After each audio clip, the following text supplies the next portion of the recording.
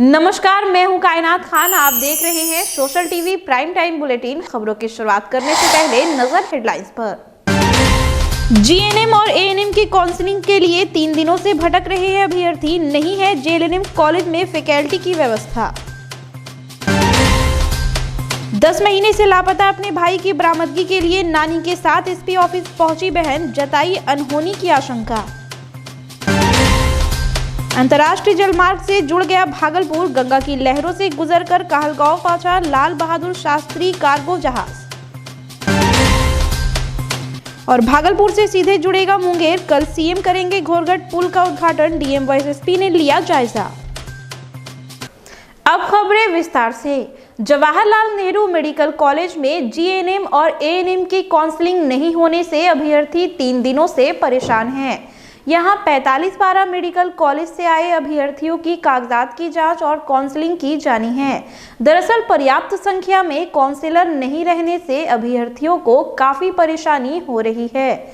बताया जाता है कि कई जिलों के कॉलेजों से काउंसलर नहीं आने के कारण यह परेशानी हो रही है। अभ्यर्थी अपने परिजनों के साथ कॉलेज में इधर से उधर भटक रहे हैं और उन्हें कोई जानकारी भी नहीं दी जा रही है। वहीं मेडिकल कॉलेज के प्राचार्य भी फैकल्टी की कमी की बात स्वीकार करते हैं। उन्होंने कहा कि 2500 अभ्यर्थी की काउंसलिंग होनी है, जिसके लिए व्यवस्था की जा रही है। जिन अभ्यर्थियों का काउंसलिंग छूट जाएगा उन्हें समय देने के लिए बोर्ड से आग्रह किया जाएगा। भागलपुर है, अगर ये बड़ा ब्रांच है तो आसपास के 2-3 कॉलेजेस को यहाँ रेफरल दिया जाता है कि आपका वेरिफिकेशन यहाँ होगा। अगर 12 फरवरी लास्ट डेट है तो उससे पहले हम सबका वेरिफिकेशन हो जाना चाहिए। और यहाँ पे अभी एक पेरेंट्स बात कर रहे थे, उन्होंने पूछा कि कहाँ होगा सर, हम लोग यहाँ टाइम पास क्यों कर रहे हैं। तो भागलपुर के टीचर का जवाब ये था कि हम आपको बुलाए हैं, यहाँ सेंटर नहीं देना था। अगर वेरिफिकेशन नहीं करना था तो फिर आपको यहाँ सेंटर ही नहीं देना था ना। हम लोग को परेशानी हो रहा है ना पेपर वेरीफाई करवाने में। मेरा नाम मालती कुमारी और मैं खगड़िया डिस्ट्रिक्ट से आई हूँ। कल से ही आई हूँ यहाँ पे, लेकिन जब पूछने के लिए जाते थे सर जमा कहाँ हो रहा है खगड़िया डिस्ट्रिक्ट, बोलते हैं अभी टीचर नहीं आया, अभी आप लोग वेट कीजिए। हम लोग 2 दिन से, और कल 12 तारीख परसों 12 तारीख है खत्म हो जाएगा डेट, तो हम लोग क्या करेंगे आगे। पारा मेडिकल का है, इसमें जितना एएनएम जीएनएम और जितने भी हैं एक्सरे टेक्नीशियन, लेबोरेटरी टेक्नीशियन, पारा मेडिकल से रिलेटेड जो कोर्स है ना उसका हो रहा है इंटरव्यू। और इसमें करीब 40-45 कॉलेज का काउंसलिंग यहाँ पर हो रहा है। और इसमें करीब 2500 लड़के का काउंसलिंग होना है। ये 5 दिन समय है। कुछ जगह से जो हमारे कॉलेज से लोग आए नहीं हैं तो उसके चलते उनके थोड़ा देर हो रहा है, दूसरे से मैनेज करके बाकी अच्छी तरह से सब काउंसलिंग चल रहा है। भागलपुर में हबीपुर का एक परिवार पिछले 10 महीनों से लापता अपने बेटी की तलाश में थाने से लेकर पुलिस के आला अधिकारियों के दफ्तर का चक्कर काट रहा है। पीड़ित परिवार के दर्द का अंदाजा आप इसी से लगा सकते हैं कि उन्होंने एसपी से लेकर डीआईजी तक इसकी शिकायत की, लेकिन आरोपियों की गिरफ्तारी नहीं हो पाई है। हैरत की बात यह है कि स्थानीय थाने की पुलिस उल्टे पीड़ित परिवार से ही युवक का पता लगाकर सूचना देने के लिए कह रही है।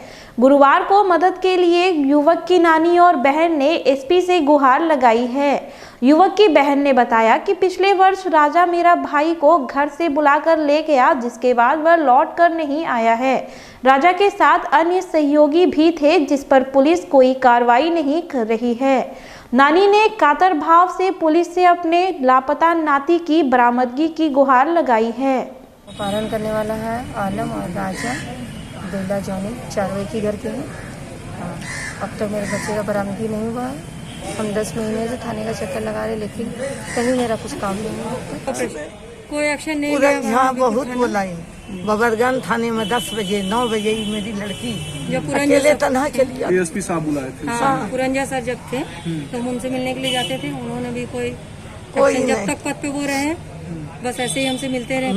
हुआ कोई बच्चा बरामदगी नहीं। तुम लोग पता चला कि हमको दो। जो काम पुलिस का है वो आपसे अपेक्षा कर रहा है। हाँ, काम हम लोग कहाँ से दें, बोलिए। हम लोग तो सर्किल का आदमी नहीं ठहरे हैं। केंद्र सरकार की महत्वाकांक्षी जलमार्ग परियोजना के तहत पटना भागलपुर पहली बार अंतर्राष्ट्रीय जलमार्ग से जुड़ गया है। सिल्क सिटी से बहने वाली गंगा की लहरों के बीच बुधवार को लाल बहादुर शास्त्री मालवाहक जहाज अब जब पहुंची तो विक्रमशिला पुल पर उसे देखने वालों का तांता लग गया।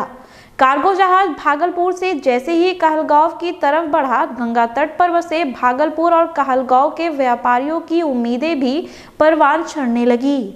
आपको बता दें कि यहाँ का 50% व्यवसाय कोलकाता की मंडी पर निर्भर है। ऐसे में कोलकाता से दलहन, तेलहन के साथ ही प्लास्टिक निर्मित उत्पाद आसानी से भागलपुर पहुँच सकेगा। कार्गो जहाज को केंद्रीय मंत्री सर्बानंद सोनोवाल ने पटना से एफसीआई के 200 टन चावल के साथ हरी झंडी दिखाकर रवाना किया। यह जहाज कहलगांव होते हुए डायमंड हार्बर से सुंदरवन मार्ग में प्रवेश करेगा, जो हल्दिया से कुछ पहले है।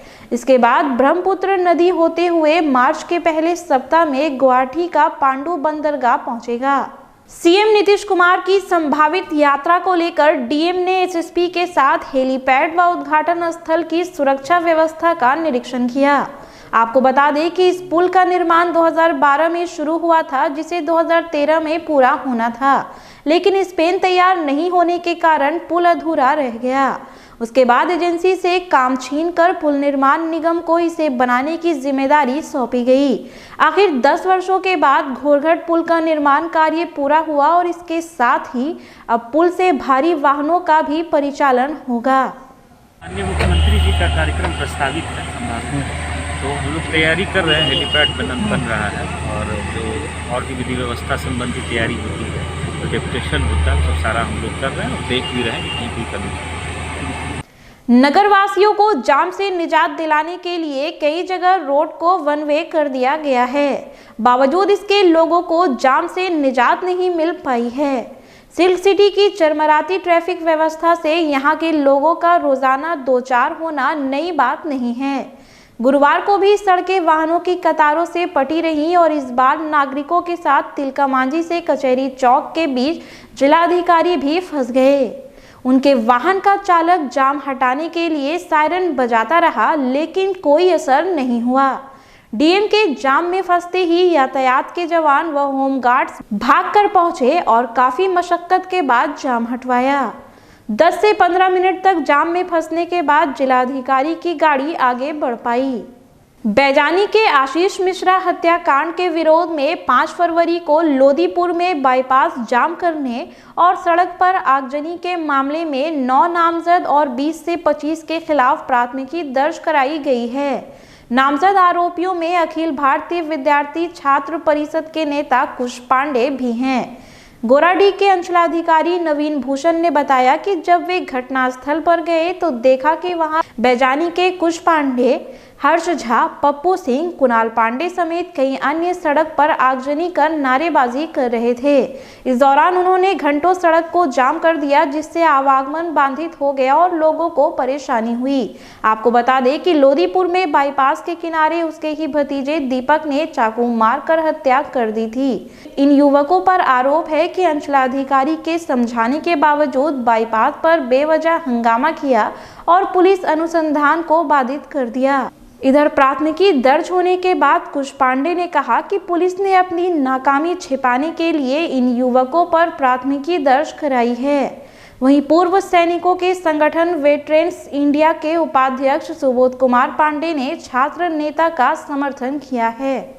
5 तारीख को बैजानी के एक युवक रोशन मिश्रा की निर्मम तरीके से हत्या बाईपास पे कर दी गई, जिसको लेकर हम लोग सभी आक्रोशित थे कि आखिर किसने हत्या की गई।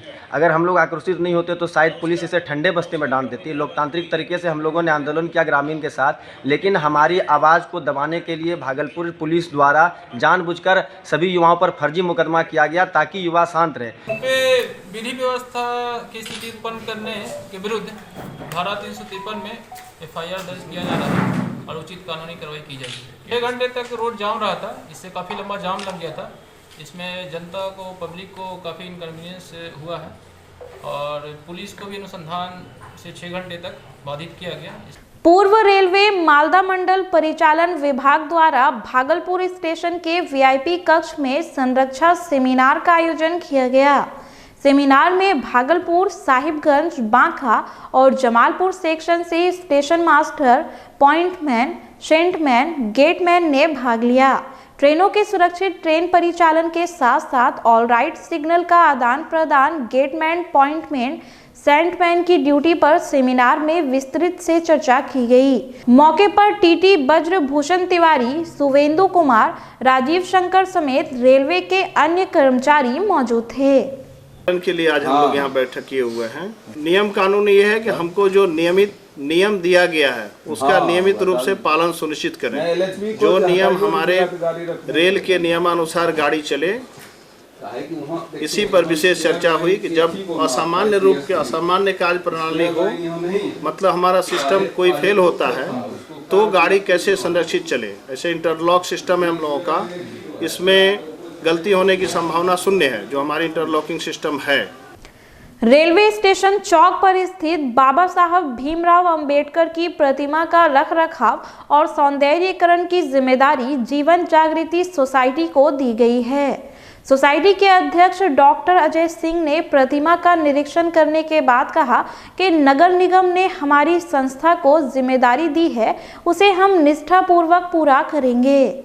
भविष्य में स्टेशन चौक को बाबा भीमराव अंबेडकर चौक के नाम से जाना जाए, इसके लिए हम भरपूर प्रयास करेंगे। उनके साथ संस्था के उपाध्यक्ष पुरुषोत्तम प्रसाद सिंह, संदीप तिवारी, दीपक झा, राजीव प्रदीप समेत अन्य लोग मौजूद थे।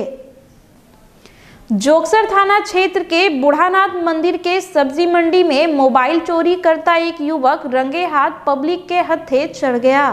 पहले तो लोगों ने उसकी जमकर धुनाई की, फिर उसे पुलिस को सौंप दिया। बताया जाता है कि एक महिला दुकान से सब्जी खरीद रही थी कि अचानक एक युवक फोन छीनकर भागने लगा। महिला के शोर मचाने पर लोगों ने उसे खदेड़कर पकड़ लिया और पिटाई के बाद पुलिस के हवाले कर दिया। फिलहाल खबरों में इतना ही। अब मुझे दीजिए इजाजत। नमस्कार।